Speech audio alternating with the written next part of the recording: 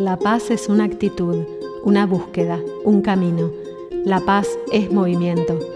Triguerio dice que paz es saber cuál es tu lugar en la vida y ocuparlo en armonía. El propósito de mi podcast es profundizar en qué es la paz y cómo lograrla para colaborar con la paz en la tierra.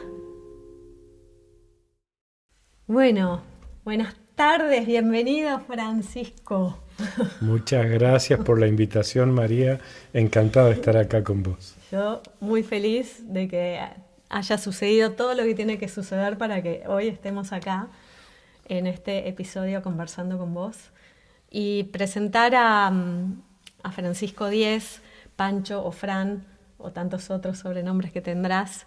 Es un desafío, ya de entrada siento un desafío porque sos una persona que para mí tiene tanta experiencia que resumirla, pero le voy a decir unas pocas palabras de lo que para mí son significativas, especialmente pensando en personas que tal vez vienen de otros campos y no te conocen.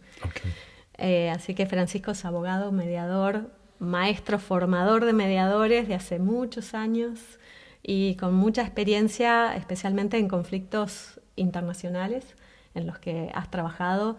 Y eso para mí ya me resulta sumamente interesante. Y además una persona muy alegre, un salteño muy alegre y que hace algo que yo rescato de vos particularmente, tu don de gentes. Hay algo que tenés en el trato con la gente que observo y una calidez muy natural, no sé si eso es de los salteños, tal vez.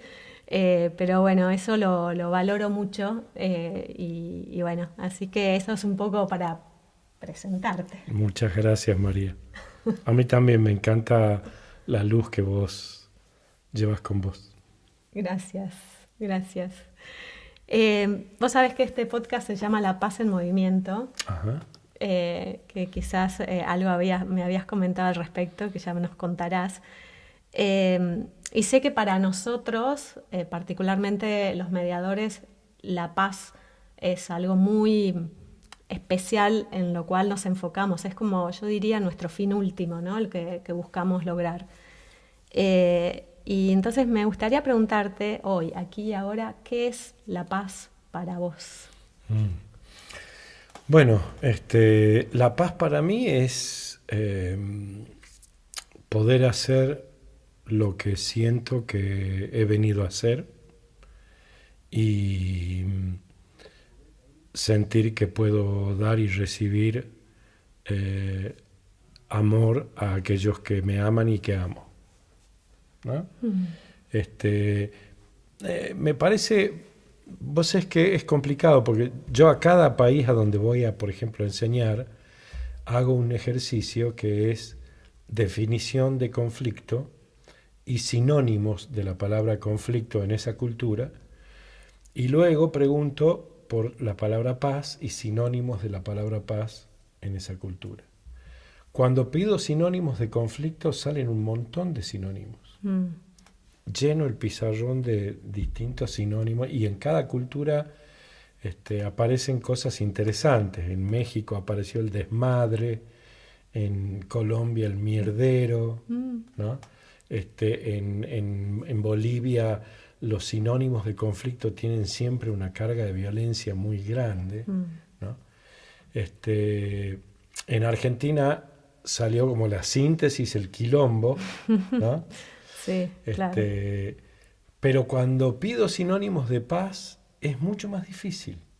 Tranquilidad, felicidad, ausencia de violencia, y la gente se queda como que no sabe qué otro contenido tiene la paz, ¿no? Se define, bueno, ahora hay mucho en la literatura, salió durante estos últimos 20 años, digamos, mucho la distinción que comenzó haciendo Galtung entre la paz positiva y la paz negativa, ¿no? La paz negativa, la simple ausencia de violencia, y la paz positiva, que implica muchas otras cosas más que le dan como sustancia a la idea de la paz, ¿no? La justicia, la igualdad, la dignidad del ser humano, la defensa de los derechos humanos, el cuidado del planeta, en fin, hay como muchas otras cosas que no necesariamente están automáticamente vinculadas a la idea de paz, pero que si uno se pone a pensar y a reflexionar qué quiere decir tener paz, ¿no es cierto? Primero que no es un fin en sí, no es un lugar de llegada, ¿no es cierto? Sino que es más un estado Claro. que un lugar de llegada. Más un estado que está en proceso, y por eso me encanta tu idea de paz en movimiento, ¿no? Bueno, me resulta muy interesante que traigas a Galtung y con esto de paz positiva y paz negativa. Y a mí me gusta pensar que sin duda la paz es un estado y que es dinámica porque aparte a veces logramos ese estado y salir a la calle, algo pasa, un mensaje, algo que nos vuelve a desafiar, ¿no? Nos saca como de ese estado muchas veces. Y me gusta pensar la paz que tiene como hermanos, primos, ¿no? Y esto que trajiste, el amor, en tu primer definición, lo cual, tal cual, yo creo que si hay paz, hay amor, y si hay amor, hay paz, ¿no? Hay algo ahí que empieza a suceder. Lo cual, entonces empezamos a ver la paz así como un valor también. Entonces se abre. Yo creo que estas 3 letras que significan tanto juntas. Claro, claro, sí, totalmente. Lo que pasa es que pueden significar muchísimo o significar todo o prácticamente nada, ¿no? Porque se le da un significado que no es el mismo en todas partes o desde los distintos puntos de vista, ¿no? Es una noción bien amplia, bien grande, como amor, ¿no? Sí. Bien parecido, o Dios. Sí, claro. Y está buenísimo esto que traes también de los distintos países con los distintos nombres que le dan, porque sin duda lo cultural impacta totalmente en el concepto y en el camino para construir paz. Te pregunto, así de tu experiencia, un poco de esto, me quisiera entrar un poco más en este tema cultural vinculado con la paz. ¿Cuáles han sido tus impresiones sobre los distintos terrenos en los que fuiste explorando? Mira, la verdad es que el factor cultural es fundamental y poder entender la cultura en la cual el conflicto vive es esencial para saber cómo abordarlo y para entender qué caminos tenés que seguir en el trabajo con la gente que está en conflicto, claro, en esa cultura. Desde el punto de vista de la mediación, lo más importante que un mediador tiene que hacer es el de ser una persona confiable para las partes, ¿no? O sea, tiene que poder despertar confianza. Y para poder despertar confianza tenés que entender cómo funciona la manera de ver el mundo que tienen esas partes. Entonces, yo siempre digo que uno tiene que entrar a una mediación como si tuviera su cabeza completamente en blanco, ¿no? Una hoja en blanco. Y ahí, con la escucha y con la atención y con la conexión con el otro, comenzar a escribir las características que tiene la otra persona y explorar ese universo nuevo, ¿no? Cada persona es distinta, pero las improntas culturales marcan, ¿no es cierto?, diferencias más significativas. Entonces, cuando yo comienzo a trabajar en Bolivia, por ejemplo, me lleva un tiempo poder entender, ¿no es cierto?, cómo los pueblos originarios y los distintos movimientos comunitarios miraban su propia situación y miraban a los otros, ¿no es cierto?, cómo los otros los miraban a ellos, cómo son los patrones relacionales, que es lo que dice Lederach, cuáles son los patrones relacionales que están dándole sustento y muchas veces empujando la escalada de la conflictividad, ¿no? Y cómo ahí hay improntas culturales que muchas veces son invisibles para los para las partes que están en conflicto, ¿no es cierto?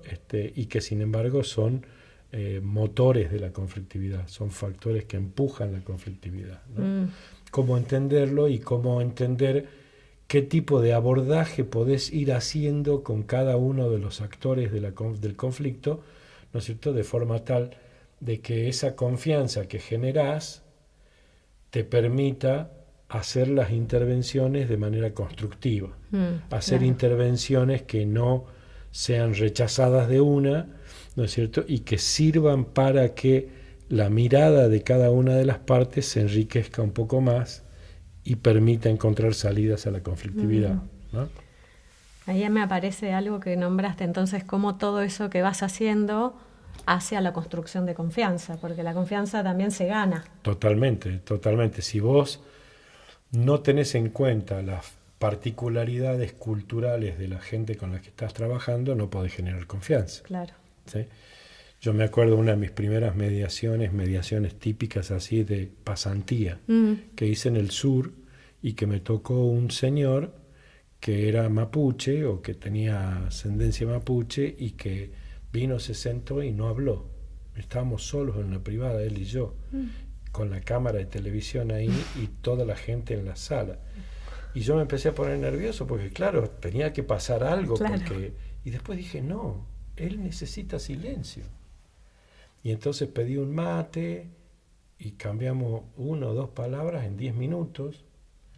Tuve que sostener el silencio hasta que de a poquito, ¿no?, con el mate en el medio como conector, comenzamos a hablar. Pero claro, yo me di cuenta que él necesitaba tiempo y necesitaba espacio y que no era cuestión de largarse a yo hacerle preguntas abiertas y preguntas circulares para que me diga, no, tenemos que ir conectando. Claro. Y después que conectamos porque lo que pasa es que uno tiene que entender, y a veces esto es una de las cosas más difíciles, es que el mediador está al servicio de las partes.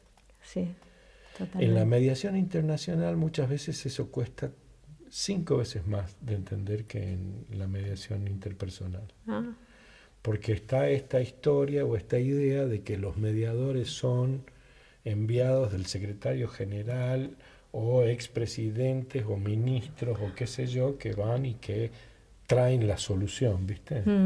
Claro, hay otro concepto arraigado de qué es un mediador. Claro, y mi experiencia es que no es así para nada.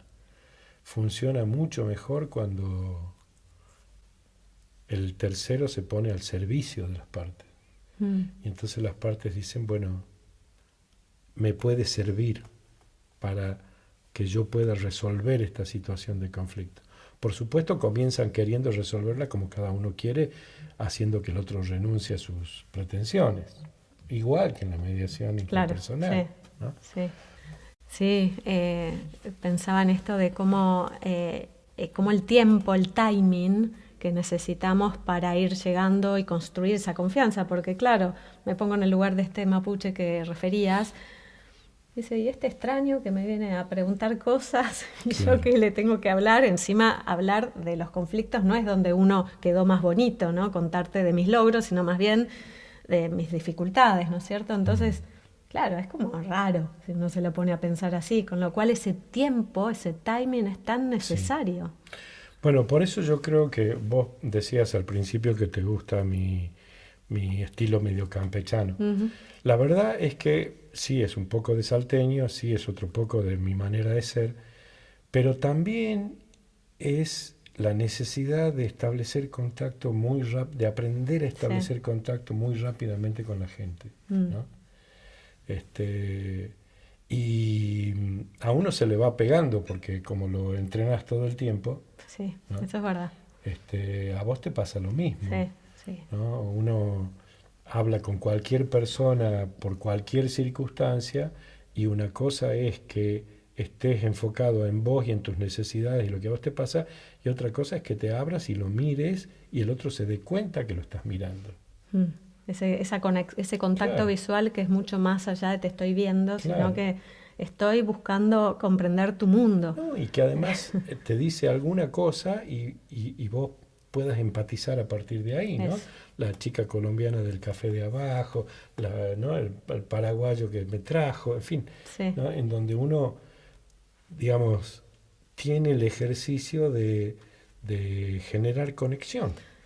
Tan importante. Y creo que si en el mundo todos tuviéramos más disposición hacia buscar lograr esto, sin duda generaríamos más posibilidades al menos de abordar los conflictos desde otro lugar, desde otra, como hablábamos en otro episodio con Gaby de Amiga en Común, de la actitud mediadora, ¿no? Que me parece que, claro, tiene que ver con esto. Y el poder desarrollar esas cualidades. Claro, la única manera de desarrollarlo es ser consciente, ¿no? De qué te pasa a vos cuando estás en esas situaciones. A mí personalmente, a veces me dan ganas de no conectarme con nadie y soy un tipo hosco total, ¿no? Sí, tampoco sos siempre... Claro, a veces sí tengo ganas, Sí. pero cuando trabajo, eso está completamente incorporado a mi manera de moverme. Me llevas a pensar algo que alguna vez me preguntaron al respecto de si todos podemos ser mediadores. Y yo creo que todos, si queremos, podemos serlo. Totalmente de acuerdo, 100%. Pero claro... Pero no sé si todos quieren. Y es válido que no quieras. Totalmente. Y además tenés que querer y tenés que ir incorporando cosas que te obligan a trabajar aspectos tuyos que si no los trabajás, cuando llegue el momento no lo podés desarrollar de manera fluida. O sea, nosotros hablamos de la comunicación analógica y de que, como decía Carl Slutsky, la comunicación analógica la carga el diablo, porque no la manejás, entonces todo lo que vos transmitís con tu cuerpo, con tu tono, con tu mirada, con tu forma de moverte, etcétera, etcétera, ¿no es cierto? Si no es coherente con tu interior, genera disonancia y genera desconfianza. Absolutamente. Entonces, tenés que trabajar tu interior. Sí. O sea, no hay manera de que vos puedas ser un mediador eficiente, eficaz, que puedas desarrollar esas habilidades y tus técnicas y todo lo demás, y que seas un tipo lleno de odio, que tengas que indiferente al sufrimiento de la gente, que seas violento en tu casa. Sí. Que es imposible. No, es verdad. No podés. Ese sería como el poder de la coherencia, ¿no? Que logramos, que se siente, se palpita, se transmite. Me gustaría también preguntarte un poco sobre esta experiencia que tenés en el campo internacional. Primero quisiera preguntar, ya que estamos en este ángulo más sensible, por así decirlo, ¿cómo te has sentido en estas experiencias? Más desde tu vibrar en las diferentes, imagino que cada caso fue totalmente distinto, pero ¿cómo te has sentido mediando en conflictos internacionales? Mira, la verdad es que yo siempre digo que tengo una gran ventaja, que es que comencé muy joven a moverme en ese plano. ¿Fue buscado eso?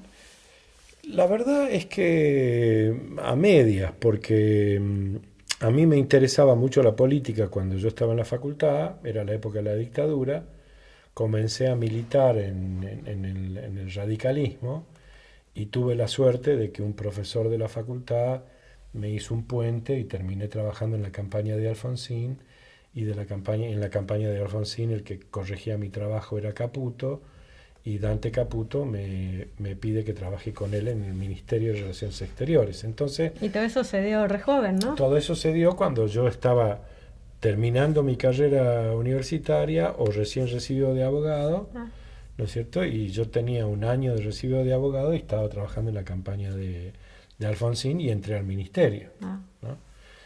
De Relaciones Exteriores como secretario privado de Caputo. Y en ese rol recorrí el mundo y recorrí el mundo con él, con otros presidentes y con otros ministros. Yo era el bebe en el equipo, ¿no? Así me decían, el bebe. Y como sabía escribir bien y tomar notas, estaba en todas las reuniones. Era el note-taker. ¿Sí? Entonces los vi a estos personajes tan altos de la política en calzoncillos. O sea, yo estuve con Alfonsín en calzoncillos, con Caputo en pijama. O sea, los viste muy humanizados. Totalmente. Y viajábamos en el avión presidencial a las reuniones en los países no alineados con 4 o 5 cancilleres. Y yo estaba ahí en el medio, ¿no? Entonces, de muy chico me acostumbré a que esta investidura de la política me fuera muy poco relevante, ¿no? Entonces, cuando después me tocó como tercero trabajar en conflictos de políticos, líderes sindicales o presidentes como con Chávez, Uribe, Correa, Evo Morales, etcétera, yo no me sintiera intimidado, punto 1. Y punto 2, supiera mucho cómo piensan, cómo sienten y cuáles son las cosas que les preocupan, cuáles son las líneas rojas de la política y cómo funcionan los egos en esas posiciones de tanto poder, ¿no? Me resultara más fácil de entender. Claro. Entonces con la experiencia y el aprendizaje de haber trabajado conflictos familiares con mucha carga emocional, conflictos de divorcio, ¿no? Conflictos entre vecinos y qué sé yo, teniendo las herramientas de la mediación y la experiencia de la política, no me resultó tan complicado, ¿no? Porque pude vincular las dos áreas. Y la verdad que siempre me resultó súper atractivo, porque lo que más me gustó de la política siempre es que las decisiones de los que tienen poder político impactan en la vida de mucha gente. Sí, sin duda. Y ese impacto puede ser muy negativo o puede ser positivo, ¿no? Entonces el valor de participar en el proceso de toma de decisiones de alguien que tiene tanto poder, para mí es muy alto, ¿no? Y eso no te intimida, sino por el contrario, hay algo que te motiva, convoca, claro, te motiva. Me convoca totalmente, sí. Totalmente. Claro, porque, eso es muy importante. Claro, porque digo, bueno, se puede hacer una diferencia, ¿no? Yo en un momento determinado de mi vida decidí, no soy para la política, no me da el estómago para trabajar en política, pero me encanta lo que se puede hacer. Claro. Y encontré la mediación y dije, bueno, es lo mismo que la política, pero en escala chiquitita, ¿no? En el sentido de que trabajás con una familia y el futuro de esa familia puede ir viviendo con el conflicto en escalada cada vez peor, o a través de una mediación encuentran un camino, encuentran nueva manera de mirarlo, qué sé yo, y la vida futura de esa familia mejora muchísimo. Claro. Y entonces tuviste un impacto positivo, ¿no? En ese sistema en el que pudiste trabajar. Cuando pude vincular las herramientas de mediación con los conflictos sociales y políticos, digo, bueno, se agranda un poquito más la potencialidad del impacto positivo. Sin duda, está bueno pensarlo así, como una oportunidad que no es solo pensada para ellos, sino mirar, y acá me viene esto de poder mirar como la película completa, ¿no? Y más allá incluso, porque hay algo donde ya después le perdemos la pista, de qué relatarán a futuro los protagonistas que participaron de esa mediación, sea un conflicto privado o un conflicto público internacional. Sin duda a veces imagino, ¿no? Claro, el conflicto público internacional, uno tal vez puede palpar más tangiblemente las consecuencias que tuvo, porque son públicas. Claro, así ¿No es cierto? Y ves la gente, me viene el ejemplo de tu experiencia, ¿no? Que habrás tenido y que nos puedes contar algo al respecto, pero de cuando vos trabajaste en el conflicto ahí en Colombia y bueno, la alegría del pueblo o lo pendientes que estarían de cómo se iba desarrollando, cómo manejar lo que uno comunica al público general. Sí, así es. Las situaciones de crisis son como más ejemplificativas, ¿no? Claro. Me acuerdo que después del conflicto en Ecuador en el 2019 entre los movimientos indígenas y el gobierno, hicimos una mediación, Naciones Unidas hizo una mediación, el coordinador residente, y yo estaba con él y trabajé con él y se hizo todo en vivo por televisión. Entonces todo el país nos vio a los de Naciones Unidas, que estaba yo con mi chalequito celeste, con Juan Dumas y con el coordinador residente de Naciones Unidas en Ecuador en ese momento, yendo, viniendo y haciendo y hablando con unos y hablando con otros y qué sé yo. Y se hizo un acuerdo, se terminó el conflicto en las calles y al día siguiente los movimientos indígenas volvieron a sus lugares, la ciudad dejó de estar copada, cerrada, con gomas quemadas y qué sé yo. Y con Juan Dumas nos fuimos a comer a un bar ahí a la vuelta de la oficina de Naciones Unidas. Y cuando pedimos la cuenta, nos llega el sobrecito de la cuenta con un papelito que decía: gracias por devolvernos la paz. Wow. Y no nos cobraron. Se me erizó toda la piel. Lindo, ¿no? Wow. Claro. Entonces, por eso digo, las situaciones como de crisis son como más así significativas en el sentido de que tenés el impacto directo. Ahora, también es cierto que yo trabajé en Venezuela, por ejemplo, hicimos un trabajo lindísimo durante 3 años en Venezuela, entre 2002 y 2005 con Chávez. Después hicimos un acuerdo entre oposición y gobierno y trabajamos en construcción de paz con distintos niveles de la sociedad. Uno de ellos se llamaba Paz en Movimiento, uno de los colectivos de organizaciones. Y yo me quedé muy contento con ese trabajo, pero miro para atrás, pasaron 20 años y la situación está mucho peor. Sí.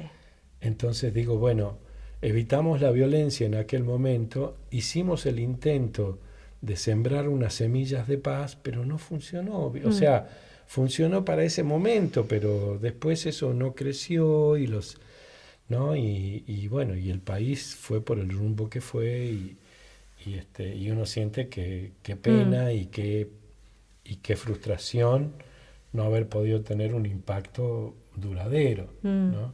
Sí. Por eso me gusta tanto la mirada de Lederach, que dice, no, hay que trabajar, como vos decías, no solamente enfocado en lo que está pasando hoy en el conflicto, qué sé yo, sino mirando adelante y más allá. Sí. Y qué es lo que podés aportar que se prolongue en el tiempo, que tenga por lo menos la potencialidad de impulsar futuros distintos, ¿no? Sí, que deje alguna huella que vaya más allá de pude resolver eso o no lo pude resolver incluso, pero me quedó algo ahí que me invita a tal vez comportarme distinta en la próxima. Lo cual esa es buenísima también, ¿no? Así es, totalmente. Mientras te escucho también pienso en los tiempos que estamos viviendo hoy en día a nivel internacional, mundial, donde creo que hay muchos focos abiertos, muy delicados, muy sensibles, y me gustaría preguntarte cuál es tu lectura, así como una macro lectura, ¿no? de lo que está pasando. Tal vez es una pregunta muy grande la que te estoy haciendo. Sí, es muy grande porque están pasando muchas cosas al mismo tiempo y se están abriendo, digamos, situaciones de conflicto potencial o de conflicto real que no estaban explícitas hasta hace poco tiempo, ¿no? Claro.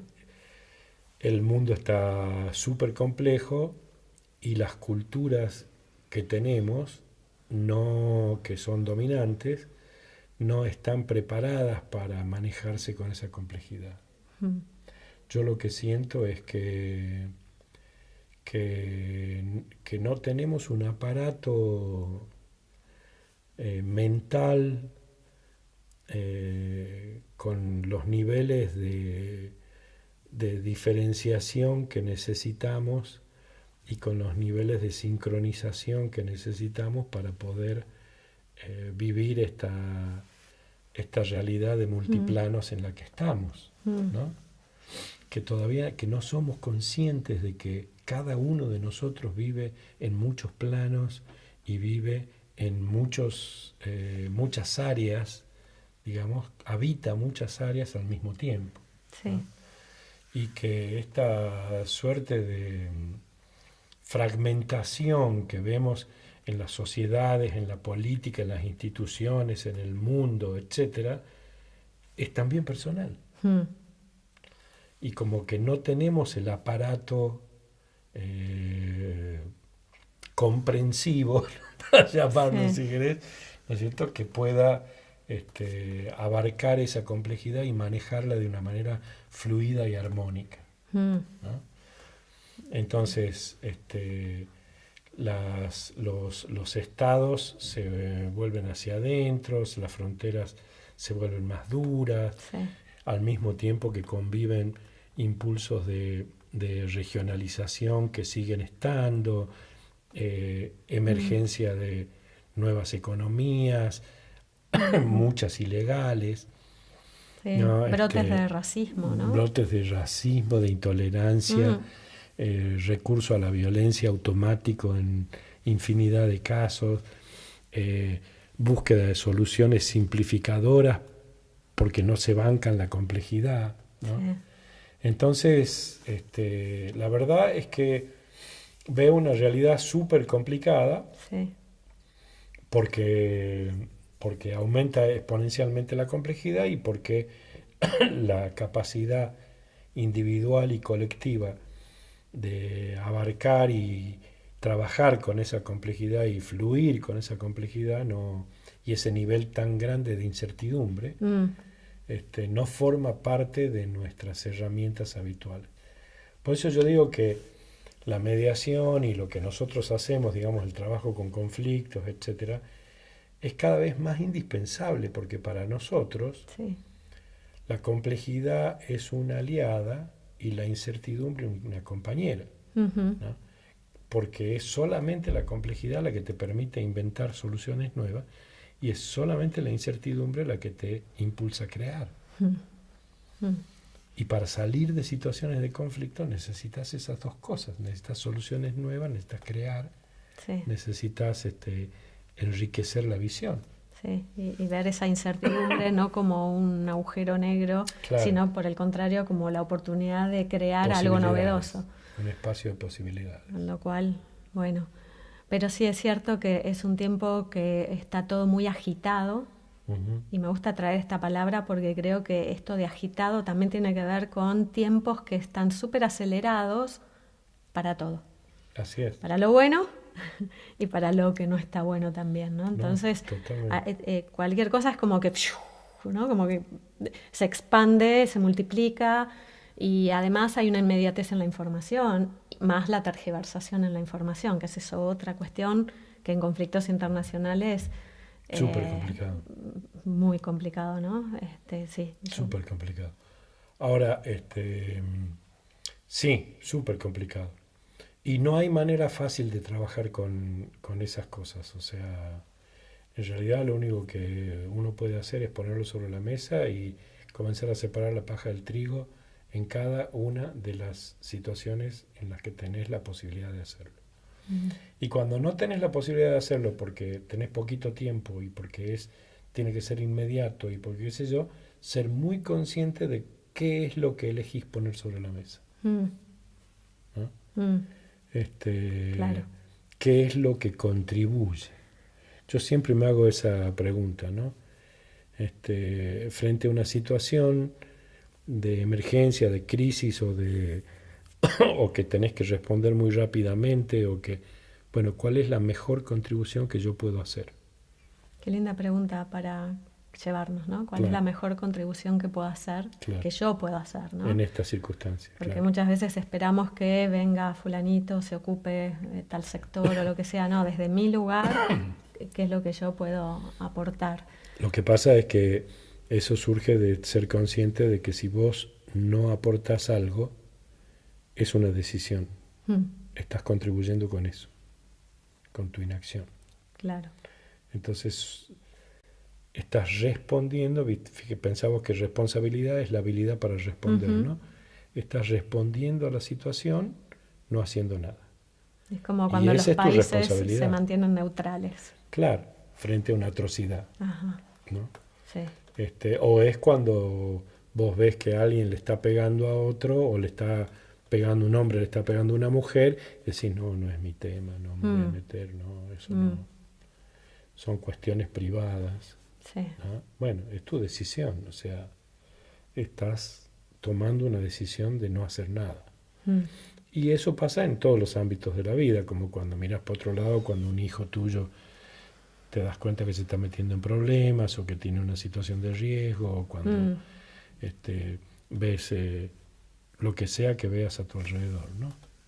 Que en donde podrías tomar una decisión de cuidado y decidís no tomarla. Claro. ¿No?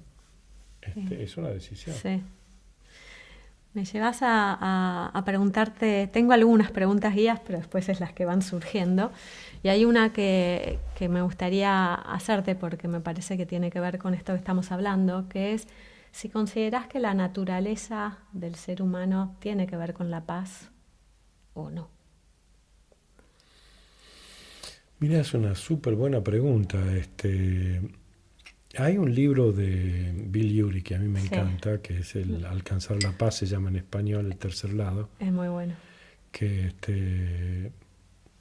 en donde él dice que la violencia, viste, tradicionalmente en antropología, él es antropólogo, se apareció el mono con el palo como el símbolo de cuando nuestros ancestros se humanizaron, digamos, nuestros antepasados homínidos se humanizaron ya con la violencia entre ellos. Sí. ¿No? Y Bill hace toda una investigación y llega a la conclusión de que había datos erróneos y que de ninguna manera la violencia la violencia entre humanos era una característica de nuestros antecesores cazadores y recolectores, que al contrario, digamos, había tantos peligros alrededor que nosotros como especie éramos básicamente solidarios entre nosotros, ¿sí? Y que los problemas de violencia entre los seres humanos comienzan cuando inventamos ciertas categorías como la propiedad, por ejemplo. ¿No? Y a mí me rompió la cabeza, porque claro, uno da por sentado que la noción de propiedad nos acompaña desde siempre. Sí. Es algo que inventamos. Sí, claro. ¿No? Cuando nos dimos cuenta que podíamos cultivar el suelo y que entonces no necesitábamos andar como locos por ahí buscando alimentos, sino que lo podíamos producir, y empezamos la era de la agricultura, inventamos la noción de propiedad para proteger eso que estaba logrando yo con mi esfuerzo, y que entonces ahí salió la idea de que era mío y no de los otros. Y ahí delimitamos el terreno. Y ahí delimitamos el terreno, y entonces nació la noción de mío. Claro. Hasta entonces era del planeta. ¿No? Y yo iba y lo recogía y lo sacaba o lo cazaba, o porque justo estaba por ahí, cuando no había me iba para otro lado a buscar a otro lugar, ¿no? Sí, de hecho éramos más nómades antes. No, totalmente. Naturalmente. Totalmente, éramos cazadores y recolectores porque éramos nómades y andábamos buscando cómo sobrevivir. Claro. ¿No? Entonces yo creo que no, yo creo que la violencia, más que cultural, es social. En el sentido de cómo se estructura nuestras comunidades, ¿no? Por eso me gusta tanto la canción de John Lennon, Imagine, ¿no? Sí. Mientras hablabas pensaba claro, en esa parte de la canción que dice, imagínate un país sin fronteras, un mundo sin fronteras. exactamente, nada por lo que matar o morir por. Sí, impresionante. Un himno. Claro, y qué cabeza, ¿no? Para salir así. Y lo mataron. Y lo mataron, claro. Año Claro que 82, sí. creo, ¿no? La vez pasada, cuando hablábamos del conflicto entre árabes e israelíes, yo decía, bueno, quizás hay nociones como soberanía, integridad territorial y qué sé yo, que son todos conceptos que inventamos. Sí. ¿No? La noción de Estado, de país, de fronteras, son todos conceptos que inventamos para poder convivir de una manera determinada y que, ¿por qué no revisarlos? Sí. A ver si nos están sirviendo para el mundo que tenemos hoy y que necesitamos construir hacia el futuro. Sí, sí, sería interesante. Y creo que es hora, además. Pero bueno, no sé si lo vamos a llegar a ver. Veremos. Sigo ahí y me viene también otra pregunta que yo tengo una idea de que resulta muy atractivo, por ejemplo, cuando vemos el Mundial de Fútbol, ¿no? Y vemos un país contra otro y aparecen como estos fanatismos y demás. Y hay una parte que me encanta y yo también estoy ahí avivando, pero hay otra de fondo que me quedo reflexionando en cuanto todas las deportes o disciplinas competitivas terminan realmente colaborando con esto que estamos conversando, que tiene que ver con la paz. ¿Y por qué no hay más concursos que en lugar de ser competitivos fueran colaborativos, más el Ubuntu, ¿no? O no sé, pensaba en un Gran Hermano, pero que en lugar de que vayan eliminando a la gente, que sea lo contrario, que el desafío sea la colaboración, ¿no? No sé, te comparto estas reflexiones. No, súper interesante. Yo creo que lo que pasa es que, fíjate vos cómo funcionan los medios, cómo funcionan las producciones de los divertimentos, todo tiene que ver con el drama, con el conflicto, con la tragedia, con los bandos, ¿no? Alinearte con uno o con otro. Claro. Yo creo que eso genera mucha atracción, ¿no? Mientras que lo contrario, el Ubuntu y qué sé yo, digan, bueno, sí, está qué lindo, ¿no? Para cantar la canción. Claro, y ya. Y ya. Y ya. El fogón. No te dispara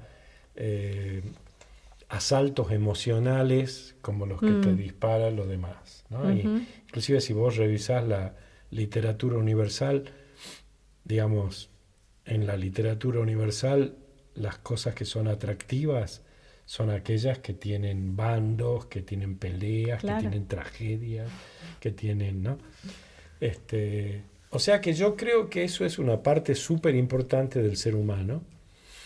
Y lo que siempre pensé, yo me acuerdo que vi hace mucho tiempo una película que se llama Rollerball, con James Caan.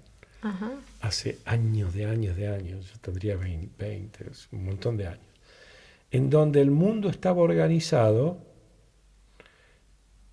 y en lugar de guerras había partidos de este deporte que se llama rollerball. Ah, mira. En donde estaba permitido matar a alguno de los otros participantes para ganar. Oh. Y el que ganaba imponía ciertas condiciones a los que perdían. Y cuando yo vi esa película dije, pucha, es muy salvaje eso que pasa ahí en el escenario, en un equipo de 7 contra 7, pero se acabaron las guerras. Porque todo el espíritu de competencia y toda la cosa salvaje y todo el drama y la tragedia y toda la cosa entre países se regulaba y se administraba con estas competencias, ¿no es cierto? En donde los que ganaban la competencia era como si hubieran ganado una mini guerra, digamos. ¿No? Bueno, nada, era una película de ciencia ficción, Pero cuando vos decís los partidos de fútbol y qué sé yo, muchas veces pienso en los mundiales. Sí. Bueno, qué bueno que haya espacios de competencia fanatizada en donde podemos canalizar todo eso, ¿no es cierto?, de una manera hasta medio salvaje, sin hacerle daño a nadie, y que quizás eso nos permitiría convivir con un impulso de convivencia, de aceptación de las diferencias, de digamos, apreciación de la diversidad, ¿no? Etcétera, etcétera. Qué bueno que sería que pudiéramos tener las dos cosas. Y me parece que yo pienso, o sea, esa es mi aspiración, que vamos en esa línea, que vamos en la línea de evolucionar a poder tener el fanatismo del fútbol junto con la apertura a todas las culturas. ¿Por qué no? Sí, estaría ¿no? buenísimo, la verdad. ¿Por qué no? Bueno, hay algo que también se da, que hoy en día, gracias a, no sé si gracias, pero se va dando, que hay mucha nacionalización, ¿no? Hay mucho, voy a hablar, no soy una experta en esto, pero bueno, uno sabe que hay muchos jugadores que, por ejemplo, eligen nacionalizarse de determinada bandera y juegan después para otro equipo distinto del que nacieron. Entonces, de alguna manera, creo que se empieza a dar cierta interculturalidad allí, ¿no? Totalmente. Donde en el equipo ya no son todos de tal país. ¿Y cuántos hijos tuyos se van, además, o claro, sobrinos se van a vivir a otros países? Además están las migraciones. Y buscan las nacionalidades de los ancestros para poder ser ciudadanos del mundo y para poder vivir allá y vivir acá, y te dicen los jóvenes de hoy, no, pero lo que pasa es que en el sudeste asiático se vive mucho más barato, y qué sé yo, y patín patán, y vos decís, ¿sudeste asiático? Estás viviendo en claro. Vietnam. Y claro, el mundo quedó chico. Sí. Y a mí me parece que vamos hacia allá, o sea, vamos hacia un mundo completamente conectado, en el que si no aprendemos a entender y convivir con la diversidad, la diferencia, la complejidad, etcétera, etcétera, estamos en problemas. Sí, fundamental. Fundamental. Y hay quienes quizás tenemos más facilidad, porque a mí, por ejemplo, y supongo que a vos te pasa igual, por lo que ya contaste, conocer a alguien de otro lugar me encanta y me parece apasionante, y hay gente que no, que tal vez se le dificulta más, pero sin embargo yo creo que es una condición que hace a la paz, ¿no? Empezar a poder tener esa curiosidad y esa disponibilidad para encontrarme con un otro que tiene otra vida totalmente distinta, otras creencias, Claro. Otros valores, y a mí eso me parece fascinante. Pues sabes que yo creo que a mí me ayudó mucho a tener esa flexibilidad, venir de Salta a Buenos Aires. Uh-huh. Y yo me di cuenta que me pasó una cosa a mí personalmente, que veo que también pasa que uno puede decir que también pasa en el avance globalizador del mundo. A mí lo que me pasó es que cuando yo me vine a Buenos Aires, me hice mucho más salteño de lo que era, ¿no? Sí. Porque la manera de reforzar mi propia identidad fue enraizar en mis costumbres y en mis rasgos más salteños, para poder vincularme con las comunidades de Buenos Aires desde un lugar que a mí me daba más seguridad. Me acuerdo que tenía un amigo que era de otra provincia, con el cual vivimos juntos un tiempo, y que el tipo me decía, yo intento ser como ellos, como los porteños, hablar como ellos. Igual me rechazan. Le digo, pero es que estás equivocado. No tenés que tratar de ser como ellos, tenés que ser vos más auténtico todavía. Y ahí te aceptan porque sos distinto. Bueno. Wow. Muy interesante lo que acabas de decir. Está muy bueno. Y me hiciste recordar que yo he danzado mucho en los distintos círculos en el mundo, a través de diferentes retiros que hice, particularmente con D360 Emergence, que es donde yo soy facilitadora, y ahí me pasó lo mismo. O sea, yo siendo la única argentina, me ponía también más argentina, con más fuerza y demás, de algún modo sintiéndome hasta la representante. Totalmente, claro. Y eso también, y también con muchas ganas, ¿no? Desde un lugar muy abierto, pero también con muchas ganas de compartir con todo el resto que venían de distintos países. Tal cual, tal cual. Y valorando la identidad particular de cada uno Exacto. de ellos, porque también querés que valoren la tuya. Sí, sí, desde ese intercambio Claro. básico y esencial, Claro. y que hace además a que la podamos pasar muy bien, básicamente. Exactamente. Tal cual. Bueno, por eso digo, fíjate vos que una de las paradojas del libro de John Naisbitt que se llamaba Global Paradox, que a mí más me atrajo, fue precisamente esa. En la medida en que el mundo se globaliza, se regionaliza y se localiza. Aparecen las autonomías en España, aparecen las pequeñas naciones que se dividen y que se transforman en naciones, pequeños estados, ¿no es cierto? La identidad es una identidad a la vez más arraigada en lo pequeño y más global. Claro. ¿No? Bueno, me parece que ese es un trend, digamos, una tendencia que, como todos los procesos de cambio, tiene avances, retrocesos, caídas y vueltas de avances, ¿no es cierto? Yo creo que es que no se frena, que es hacia allí vamos, hacia un mundo total y absolutamente globalizado, con una multiplicidad de identidades arraigadas en lo local o en la red de pertenencia, ¿no es cierto?, que te da seguridad en tu identidad. Sí, que tal cual, ¿no? Pensaba en esto también como hoy, por ejemplo, hay muchos, uno tiene amigos de distintas nacionalidades, matrimonios que se dan o familias que se crían con distintas nacionalidades también. Entonces lo intercultural y más las redes y demás nos atraviesa. Totalmente. Por Hoy eso somos interculturales. yo creo que ese es yo creo que ese es el desafío de esta época digital en la que estamos viviendo en múltiples niveles y en múltiples focos, ¿no es cierto? Sí. Y que la gestión de esa complejidad de múltiples niveles y múltiples focos que se despliegan y se desarrollan cada uno con su propia dinámica, ¿no?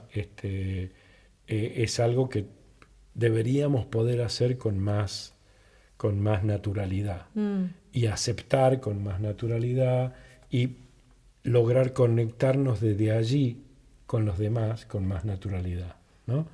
Porque para reforzar mi identidad y para preservar mi identidad no necesito excluir a los otros, de la misma manera que no necesito excluir pedazos de mi ser, ¿no es cierto?, para reforzar mi ser. Simplemente los tengo que abrazar, que reconocer y que integrar, ¿no? Me encantó esta conclusión, me parece, es por ahí, ¿no? Como si marcara el camino Claro. Que necesitamos cultivar.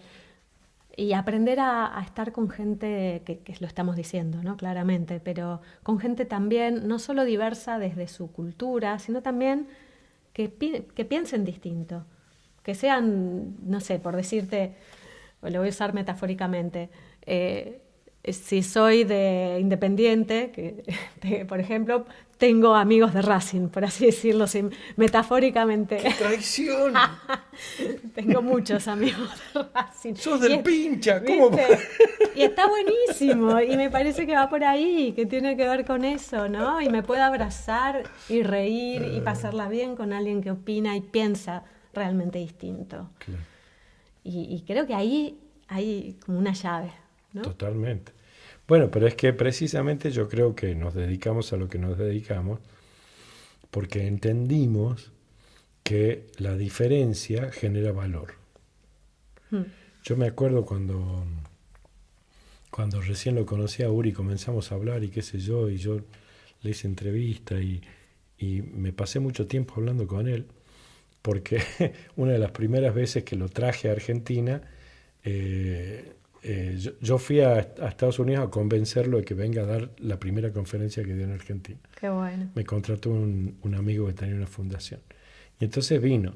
Entonces cuando vino para acá, yo era el que lo acompañaba a todas partes y cuando se tenía que tomar el avión de vuelta, como pasa muchas veces en Argentina, le cambiaron el horario del vuelo, se lo retrasaron, qué sé yo, y estuvimos como, no sé, 15 horas juntos, yendo y volviendo de Seiza, ¿no?